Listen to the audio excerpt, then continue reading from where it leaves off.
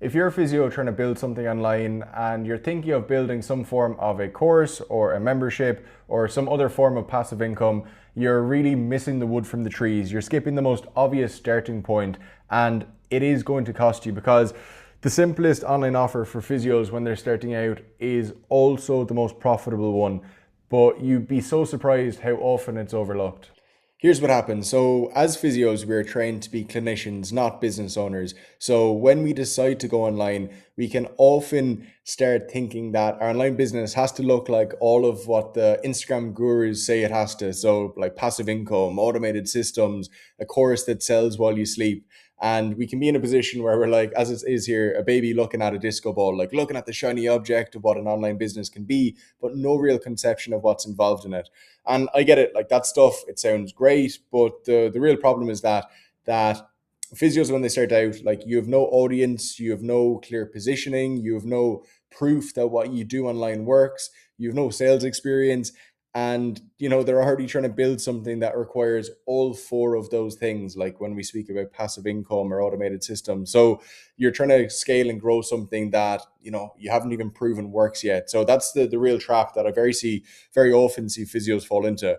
And it can keep physios stuck for months, like sometimes years, producing tons of content, tweaking their website, like little nuanced things like building out their course platform. But ultimately, they struggle to make any money because the foundation isn't there. So let's talk about what actually is. So the answer is extremely simple: a focused one-to-one online offer. And I don't mean an online physio offer where it's physio for everyone, regardless of injury or who the person is or the goal that they have.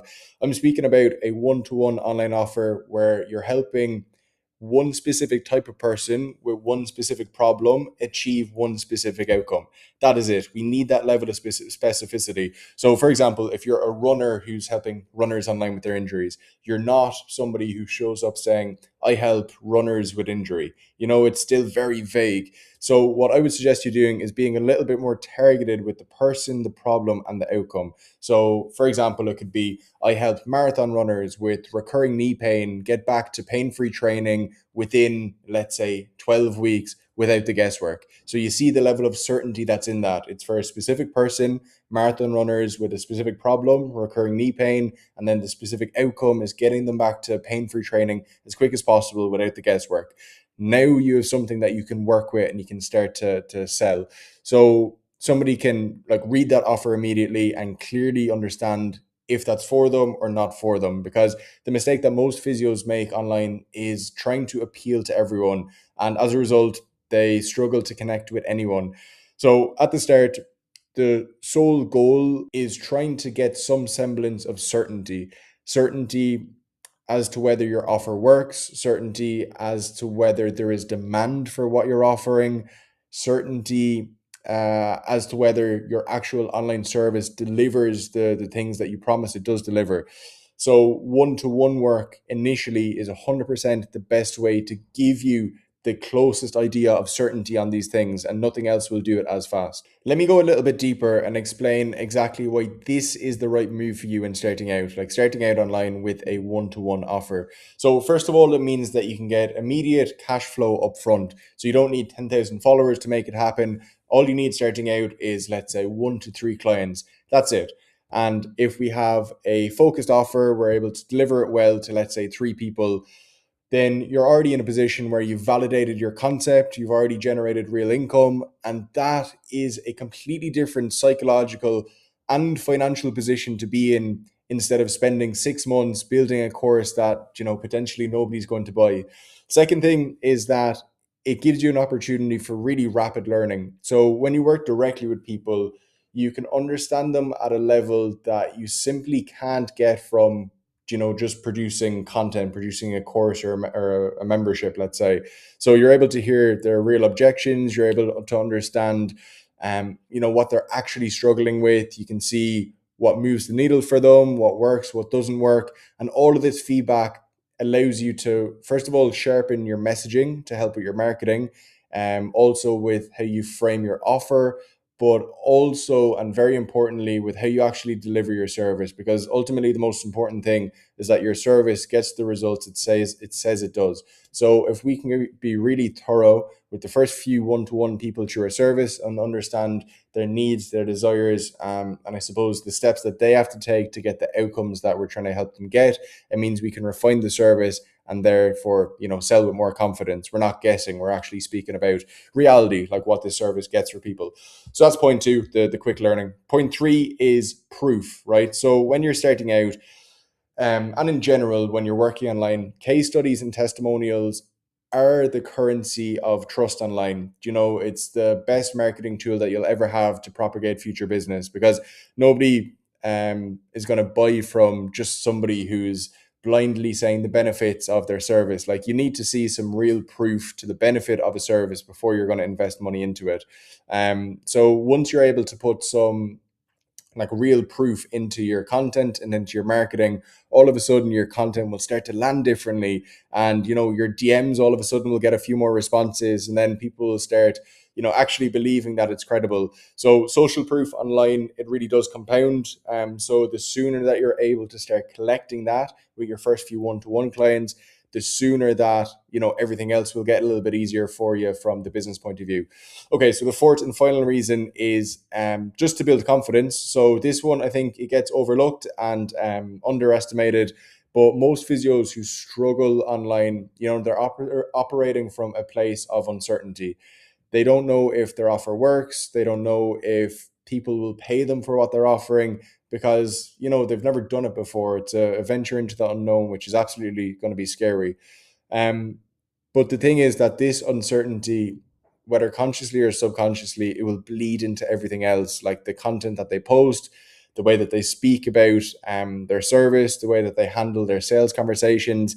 But when you've delivered like real results for real people, that can change, because you stop second guessing yourself and you start, stepping more into the leader role, because all of a sudden you're confident in the value that you provide. You know that you can get people really good results. So you can just present yourself with that air of confidence. So to put it plainly, one-to-one work is super beneficial for your market research, to generate some initial income, to build your own confidence, like all in one. So there is nothing else that does all three of these things simultaneously at the start.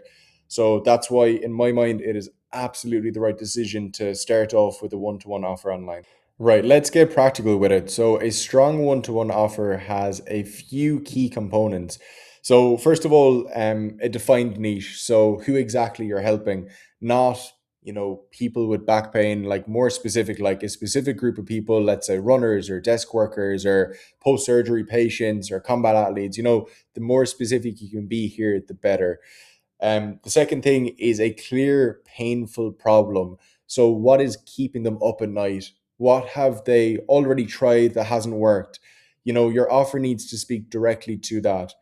Third thing is a defined outcome. Like, what will their life look like at the end of working with you? Not something vague like reduced pain, but it really has to be something tangible that means something to them. So, for example, if you're dealing with runners, we'll have you back to running 40 kilometers per week. We'll have you back in the gym lifting pain free.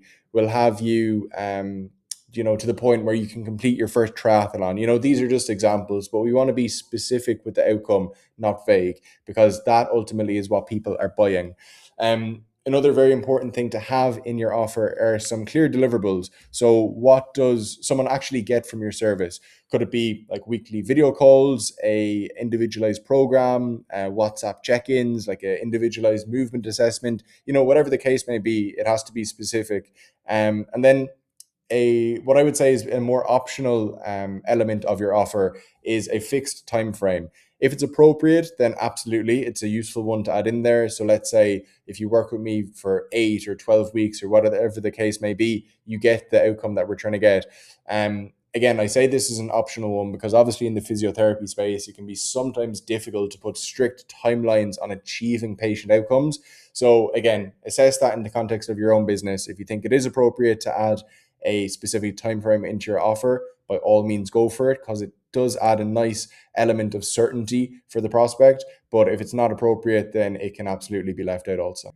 Okay, I want to spend a minute on this because I think it's important and there's a funny visual there to go along with it. So, courses, like building courses, it might feel safer than selling one to one because you build it once, you can sell it repeatedly, and I guess you're not dealing with person to person interaction, so nobody can reject you in real time. So, I understand the appeal to it, but the reality of it is slightly different. So, a course requires an audience to trust you. It requires positioning that's clear enough for people to know exactly what they're getting. It requires proof that your methods work. It requires enough demand that people are actively looking for what you're selling. So most physios starting out have none of that. So they build a course, they launch it, and then nothing happens. And then they think online doesn't work, when in reality, what they've just built is the wrong thing at the wrong time. So the underlying, I suppose, idea that I want you to hold on to is that a course doesn't remove the need to sell, it just hides it. So you still need to persuade someone that your knowledge is worth paying for. You still need trust, you still need positioning. A course just adds a certain layer of distance from the conversation where the persuasion, actually happens. So I urge you to build the foundation first. The course, if you want one, 100% can come later. It can be a nice addition to a more like developed service. When you have proof, when you're positioned well, and when you already have an audience that is warm. Okay, so I spoke about the importance of having a one-to-one offer starting out, but let's get a little bit more specific and tactical with it. Like, how can you actually get your first one-to-one clients? So there's a four-step process here that walks you through it. Okay, so let's say you're starting from scratch, you have no social media followers at all. This is the four-step process that I would highly suggest that you use to get your first clients through the door. So step one is to make an extensive list of all of your personal contacts. So think of your Instagram followers, your Facebook friends, your WhatsApp contacts, especially as it says here, any group chats that you're in, they can be absolute gold mines for connecting with people. Also, any like private or professional email addresses you'd have access to. Just make a long, extensive like Excel sheet of all the people that you have access to, right? So that's step one. Like map out on paper, let's say your personal network. Step two then is to reach out to these people with a simple message. So first of all, reaching out to these people will make you have to face a little bit of discomfort and uncertainty because you're announcing to people that you're offering this service. And for sure, there is going to be a little bit of insecurity there starting out, but overcoming that insecurity and approaching it with a growth mindset is, I'm afraid, one of the prices that you have to pay to be able to in down the line access the benefits of having a successful online business. There's going to be many instances where you have to face these internal let's say insecurities or uncertainties. But yeah, this is one of the early on ones that you will have to face. So craft a message to send out to these people. Here's a rough suggestion of what I would suggest it be like. So first thing, hey, name, let's say Rachel. If you want, you can put in some form of a personal note there to give context for your messaging. Hey, Rachel, it's been so long since we chatted. Hope the dog sanctuary is going well. Whatever the case may be, okay, to kind of break the ice. Then you could follow on with something like this. So as you know, I'm a physiotherapist. I've started to help like X type of clients. So let's say I started to help marathon runners with recurring knee pain, recover from injury, and get back to running PBs. And I'm offering the first few clients, you can either say for free or at a reduced rate. Would you know anyone that would be interested? So you're not asking the person directly because that can come across, a little bit ingenuine, a little bit sleazy potentially, especially if you don't know this person very well. But if you leave it quite open like that, you're like, hey, hope you're doing well. I've started to offer this service where I help this type of people get over this problem. If you know anyone, like send them my way. It's very open, it's very helpful. We're not trying to sell at all here. Okay, so obviously, let's say we message 200 people. Let's say we get replies of 25 people. So that's assuming that 12.5% people reply to us. So a pretty low reply rate. But yeah, let's assume the worst case. Step three then is to offer initial calls with these people. So anybody who's interested, offer like a free chat. And in that chat, basically, the goal is just to see if they're a good fit for your service. So the best case scenario here is that they are and they actually come on as a client, be it a free client or a paying client. And worst case scenario, you're able to have a market research conversation where you're able to ask some specific questions to somebody who is potentially interested in your service, and you can use this information to, refine your own messaging and your own marketing. So it is really a win-win. Just to touch on the point that I said there about this client potentially being a paid or unpaid client. Starting out, when we're trying to get our first couple of people through the door, the priority is not necessarily to earn tons of money up front. It's more to run people through the service so we can make sure that it's working and it's getting the results it needs. But and also, as we said earlier, it's really important to get some social proof as quick as we can, because that will help with the marketing of our service.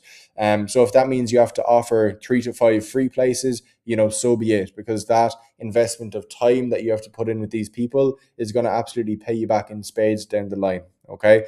So yeah, step 3 is conducting these calls, determining if they're a good fit for your program, and if they're not, asking the questions that you need to get sufficient market research value from them.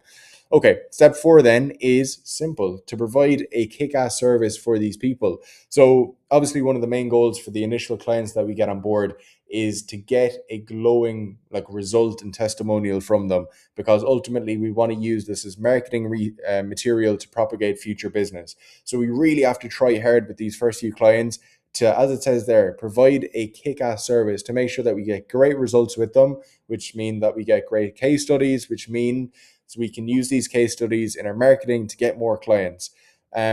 Also, as I said, important to learn from these initial clients as well and use it as an opportunity to refine and continue to improve our service.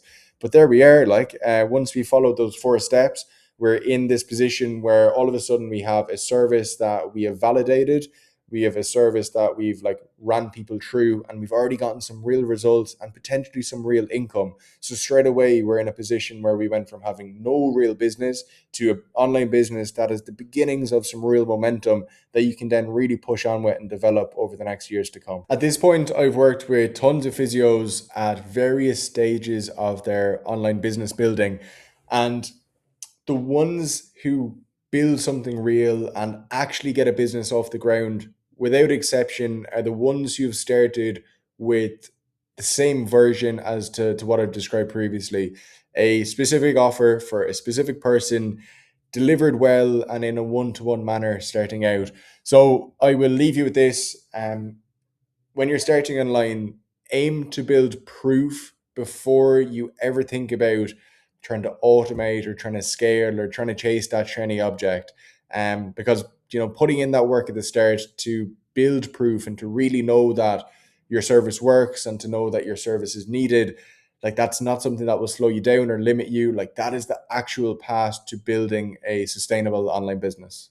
If you want a clearer breakdown of how exactly to set this up, niche, offer your first clients, I have put together a free training that walks you through it step by step. The link for that is in the description below this video. Work through it at your own pace. If any questions come up, you absolutely know where to find me. But other than that, I will see you in the next one.